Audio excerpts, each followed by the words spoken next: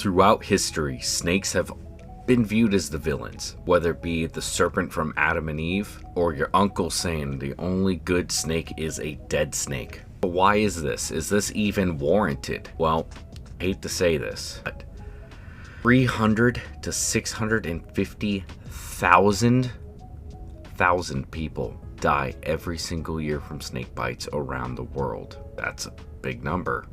But I bet you also would like to know that that number is actually how many people die of the flu every year worldwide, not snake bites. But before the illness I will not name, we didn't really think about how many people were unalived by the flu. It's way more people every single year than die from snake bites. In India, it's 20 to 30,000 roughly. In Africa, it's roughly 20,000. In the United States, averages about 5 people. That's it.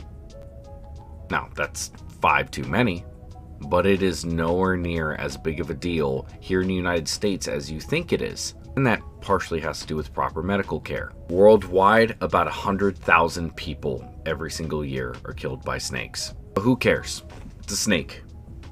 Even if it is a smaller number than you might have thought, why does it matter whether or not a snake lives or dies? It's just a snake. Well, I'm going to start off by telling you what snakes do for you and the people around you on a daily basis. Venom is used in a lot of prescription drugs. In 1998, the drug Integralin was approved by the FDA to stop blood clots. It has saved thousands of people from heart attacks, and it was derived from the pygmy rattlesnake. It's an anticoagulant in its venom. Captopril, a blood pressure medication, was derived from a South American pit viper called a yacara. Yacara? Something like that. And the notorious black mamba. Black mamba's venom is neurotoxic, which means it attacks the nervous system. And scientists are working right now to make a very powerful painkiller out of this that is supposedly going to be stronger than morphine, but less addictive. You might be like, well, what do I care about any of that? I don't use that medication. I live in a farm in rural America, and there's nothing wrong with that. In fact, I love that type of living.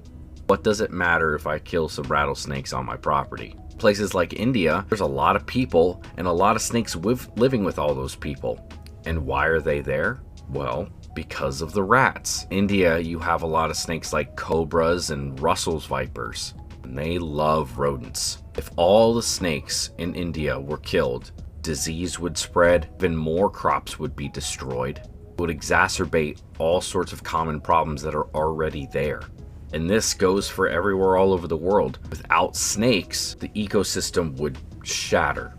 As an example, let's use Yellowstone. The wolves were killed off, the elk overpopulated and just ate all the plants around the riverbank. The river started eroding away and all sorts of other stuff started to happen. When the wolves were reintroduced, elk's numbers diminished just enough and the ecosystem started to go back to the way it was before the wolves were taken away. The top predators literally changed the environment.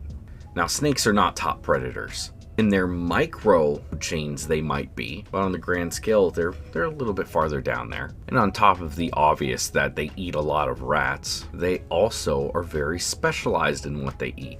There are many snakes out there that don't eat rodents. Hognose snake primarily eats toads. In Australia, there are plenty of snakes that eat a lot of frogs and toads. And when the cane toad was introduced there, a lot of them are dying out because they eat the cane toad and they can't combat the toxin. There are many snakes in Asia that eat birds and bats primarily. In America, coral snakes eat all sorts of other snakes. King snakes eat other snakes. One of the king snake's favorite foods is rattlesnakes. Rattlesnakes eat rodents and they get their population controlled by the other snakes. Indigo snakes here in Florida eat the eastern diamondback rattlesnake, and the eastern diamondback rattlesnake eats rabbits when it gets larger. Without the eastern diamondback rattlesnakes, there would be way too many rabbits. Kind of all keeps itself in check. Anacondas eat capybaras and caimans. Reticulated pythons eat pigs and grandmas. God, what is wrong with me? And king cobras in India and other parts of Southeast Asia eat other snakes. They'll eat the other cobras. They'll eat reticulated pythons. It all is a balancing act. Snakes are trying to live their life just as everything else is. They are an integral part of the ecosystem like any other animal is. 99% of snakes are not aggressive towards people.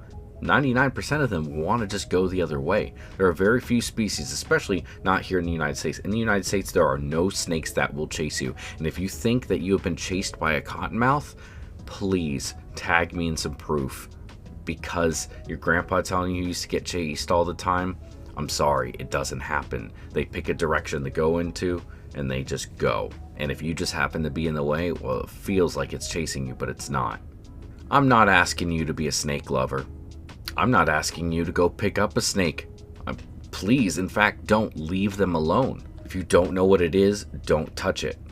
But if you see a snake and you're out in the wilderness, just leave it alone. If you're hunting and you see a snake, just leave it alone. It's just doing its own thing.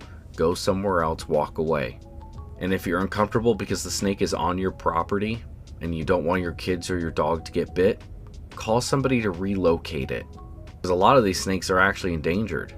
Rattlesnakes here in Florida are having drastic number reductions.